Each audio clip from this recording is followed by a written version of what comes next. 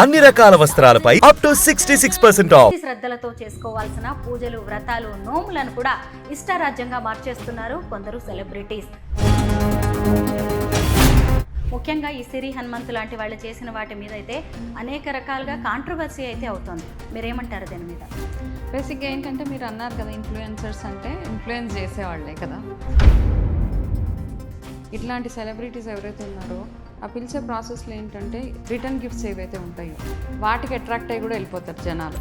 పైగా ఆ celebrities, influencers వీడియోస్లో మనం కూడా కనిపించవచ్చు. మన సాంప్రదాయంగా ఏదైతే మనం రిచువల్స్ అంటాం అవి ఫాలో అవ్వడం పక్కన పడేసి. అందరికీ నమస్కారం, నేను Swarupa Putlapalli. Welcome to Suman TV. శ్రావణ మాసం అనగానే మహిళలకి ఎంతో సంతోషంగా, ఆనందంగా అనిపిస్తుంది.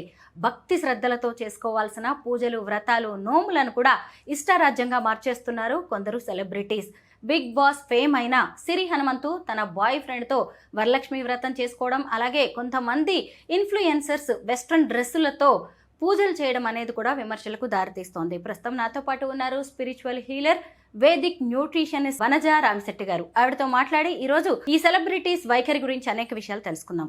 నమస్తే వనజ గారు. నమస్తే అండి. మీరు కూడా చూస్తూ ఉన్నారు కదా, అసలు సోషల్ మీడియాలో ఎక్కడ చూసినా కానీ ఇన్ఫ్లుయెన్సర్స్ వీడియోసే కనిపిస్తున్నాయి. వాటిని చూసి మనం ఏం నేర్చుకోవాలి? ముఖ్యంగా ఈ సిరి హనుమంతు లాంటి వాళ్ళు చేసిన వాటి మీద అయితే అనేక రకాలుగా కాంట్రవర్సీ అయితే అవుతుంది. మీరేమంటారు దీని మీద? బేసిక్గా ఏంటంటే మీరు అన్నారు కదా, ఇన్ఫ్లుయెన్సర్స్ అంటే ఇన్ఫ్లుయెన్స్ చేసేవాళ్ళే కదా. సో పాజిటివ్ ఇన్ఫ్లుయెన్స్ ఉంటుంది, నెగిటివ్ ఇన్ఫ్లుయెన్స్ ఉంటుంది మనకి. సో వీళ్ళందరూ ఏం చేస్తున్నారంటే ఇప్పుడు చూస్తుంటే లాస్ట్ ఫ్యూ ఇయర్స్ నుంచి చూస్తే ఏదైనా ఒక పండగ వచ్చిందనుకోండి, ఇంకా ఎస్పెషల్లీ ఆడవాళ్ళకి రిలేటెడ్ ఫెస్టివల్ ఏదైనా ఉంది అంటే ఫస్ట్ మనకి ఈ వరలక్ష్మి వ్రతమే. సో ఆ వరలక్ష్మి వ్రతంకి ఒక 2 months ముందు నుంచే స్టార్ట్ అవుతాయి కదా ఇవన్నీ. ఎట్లా చేసుకోవాలి పండగ, ఏమేమి కొనుక్కోవాలి, ఎంత ఫ్యాన్సీగా కొనుక్కోవాలి, ఎంత డబ్బులు ఖర్చు పెట్టాలి, ఈ ప్రాసెస్ అంతట్లో ఏమవుతుందంటే ఒకప్పుడు ఏంటంటే ఆడవాళ్ళకి ఒక అడ్జస్ట్మెంట్ ఉండేది. నాకున్న దాంట్లోనే నేను చేసుకుంటాను అన్న ఒక సాటిస్ఫాక్షన్, అందులోనే కంటెంట్మెంట్ అంటాం, అదే సాటిస్ఫైయింగ్గా ఉండేది అనమాట. ఒక కలశం పెడతాను, ఒక బ్లౌజ్ పీస్ పెడతాను, వచ్చిన వాళ్ళకి తాంబూలం ఇచ్చి పంపించేస్తాము. భక్తిగా, శ్రద్ధగా మనం వంటలు అవి చేసేసి వాట్ ఎవర్ నైవేద్యాలు మనకి ఎంత పాసిబిలిటీ ఉంటే అంత చేసి అమ్మవారికి పెడతాం. అది అక్కడ వరకే పరిమితం చేయాల్సింది. ఈ మధ్య ఏంటంటే డెకరేషన్ మీద ఎక్కువ షిఫ్ట్ అయిపోయింది. పూజ కంటే ఎక్కువ డెకరేషన్ వైపుకి మన మైండ్ షిఫ్ట్ అయిపోయింది. మీరు అన్నట్టుగా ఈ బిగ్ బాస్ ఫేమ్ ఎవరైతే ఉందో, ఇప్పుడు ఏంటంటే నార్మల్గా వరలక్ష్మి వ్రతం అంటే ఏంటంటే ఆడవాళ్ళందరూ వాళ్ళ భర్త సుఖంగా బాగుండాలి, ఆరోగ్యంగా ఉండాలి అని చేసుకునే పూజలో ఫస్ట్ ఆఫ్ ఆల్ ఇక్కడ ఉన్న బ్యాడ్ ఏంటంటే ఒకటి లివ్ ఇన్ రిలేషన్ ఒకటే. ఇప్పుడు ఆల్రెడీ ఆ లివ్ ఇన్నే యాక్సెప్ట్ చేసేయాల్సిన పరిస్థితి వచ్చేసింది మన దాంట్లో, సౌత్లో కానీ ఇండియాలో కానీ. ఒకప్పుడు ఆ కాన్సెప్ట్ అన్నది ఎక్కడ లేదు కదా మనకి. చాలా తప్పు. ఒకప్పుడు లవ్ మ్యారేజ్ చేసుకుంటున్నాము అని చెప్పడానికి పెద్ద పెద్ద పెద్ద పెద్ద గొడవలు అయిపోయి, పెద్ద పెద్ద ఇష్యూస్ అయిపోయి, పరువు హత్యలు అంటారు. ఏంటి ఈ మధ్య చూసే పరువు హత్యలు ఏంటంటే జనరల్గా మనకు అక్కడక్కడ బయటకు వస్తున్నాయి తప్పిస్తే ఒకప్పుడు ఇంత ఈ మీడియా లేదు కాబట్టి ఏం తెలిసేది కాదు మనకి. ఎన్నో సాక్రిఫైసెస్ ఉండేవి. లవ్ మ్యారేజెస్ని వదిలేసుకొని పేరెంట్స్ చెప్పిన మ్యారేజెస్ చేసుకోవాలి, అట్లాంటి కాన్సెప్ట్ నుంచి మనం లివ్ ఇన్ రిలేషన్స్ని యాక్సెప్ట్ చేయాల్సిన పరిస్థితి. సరే లివ్ ఇన్ ఓకే, అది అయిపోయిన తర్వాత ఇప్పుడు రీసెంట్గా చూసిన వస్త్రధారణ దగ్గర నుంచి ఏదైనా పూజ అంటే మనం ఎలా తయారవుతున్నాం, ఎలా పూజ చేసుకుంటాం అంటే మన సాంప్రదాయాన్ని ఎంత ముందుకు తీసుకెళ్తున్నాం అని చెప్పేవే ఈ పూజలు కానీ, హోమాలు కానీ, వ్రతాలు, నోములు, ఇవన్నిటికీ మైనస్ పెట్టేసి ఓన్లీ నేను ఎలివేట్ అవ్వాలి, నేను హైలైట్ అవ్వాలి, నేను అక్కడ ఎక్స్పోజ్ అయిపోవాలి, నేను ఎక్స్పోజ్ చేసేయాలి అన్న కాన్సెప్ట్ తోటి ఏవైతే పూజలు ఉన్నాయో అది పూజ కింద కన్సిడరే చేయకూడదు అసలు అవన్నీ. మనం కూడా నిజంగా, ఎందుకంటే ఎవరైనా తప్పు అని చెప్పేవాళ్ళు తక్కువైపోయారు. ఇప్పుడు వినేవాళ్ళు కూడా లేరు. ఇంకా అంతకంటే ఎక్కువ ఎవరు వినేలాగా లేరు అనమాట. ఏదో పిలుస్తున్నారు, వెళ్తున్నాం. ఇంకా మేజర్గా ఏంటంటే ఎవరైనా పిలుస్తున్నారు అంటే ఇట్లాంటి సెలబ్రిటీస్ ఎవరైతే ఉన్నారో ఆ పిలిచే ప్రాసెస్లో ఏంటంటే రిటర్న్ గిఫ్ట్స్ ఏవైతే ఉంటాయో వాటికి అట్రాక్ట్ అయ్యి కూడా వెళ్ళిపోతారు జనాలు.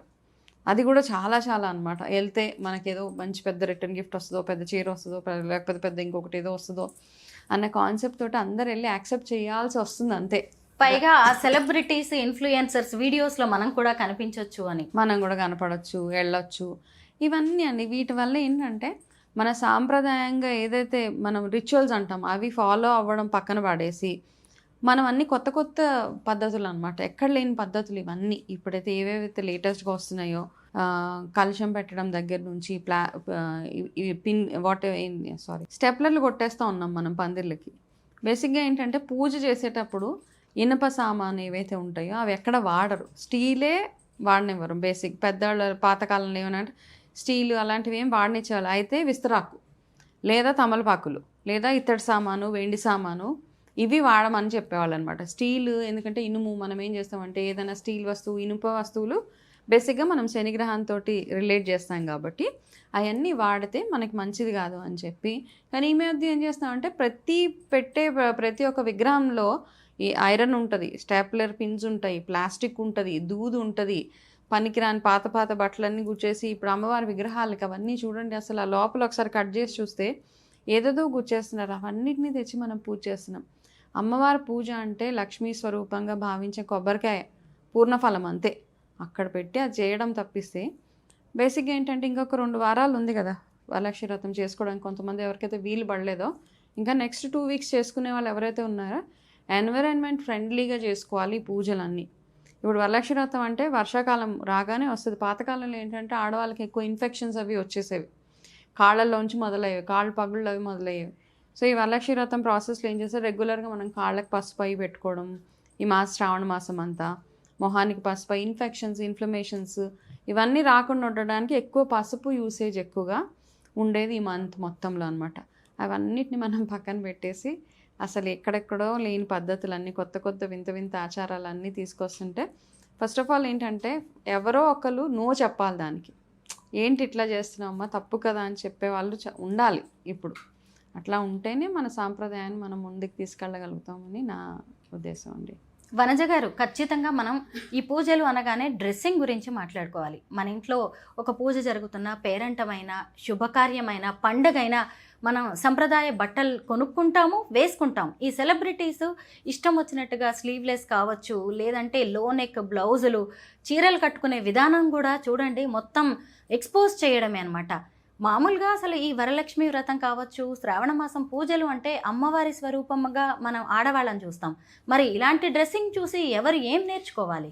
ఇలాంటి డ్రెస్సింగ్స్ బేసిక్గా ఏంటంటే అమ్మా ఇది నార్మల్గా ఎవరు చూసినా ఇప్పుడు పండగలకి డ్రెస్సింగ్ అనే కాదు, ఈ మధ్య ఆడపిల్లలు ఎక్కడ చూసినా ఎంత ఎక్స్పోజ్ చేస్తే అంత మంచిది అంటే అంత హైలైట్ అవుతామన్న ఒక కాన్సెప్ట్. బేసిక్గా ఏంటంటే కోపం వస్తుంది చాలామందికి, మనం తిడితే కోపం పడే ఆడపిల్లలు చాలామంది ఉంటారు. ఏంటంటే మనకు సెల్ఫ్ రెస్పెక్ట్ అని మాట్లాడుతూ ఉంటారు. సెల్ఫ్ రెస్పెక్ట్ ఫస్ట్ ఎక్కడొస్తుందంటే మనం కవర్ చేసుకోవడంలో సెల్ఫ్ రెస్పెక్ట్. అక్కడి నుంచి మీ సెల్ఫ్ రెస్పెక్ట్ రావాలి. అంతేగాని ఎవరో మనల్ని తిట్టినప్పుడు మనకి కోపం వచ్చేసి నాకు చాలా సెల్ఫ్ రెస్పెక్ట్ ఎక్కువ అని మాట్లాడుతూ ఉంటారు. అది సెల్ఫ్ రెస్పెక్ట్ కాదు. First try to cover yourself properly. మీ వస్త్రధారణ సరిగ్గా ఉంటే ఆడవాళ్ళు ఏంటి ఎంత క్లోజ్డ్గా ఉంటే అంత హుందాగా ఉంటారు అంతే చూడ్డానికి. అప్పుడే మీరు అట్రాక్టివ్గా ఉంటారు. మిమ్మల్ని చూసి అవతల మనిషికి మర్యాద కలగాలి, అవతల మనిషికి మీతో ఒక మాట మాట్లాడాలంటే 1-2 సార్లు ఆలోచించాలి.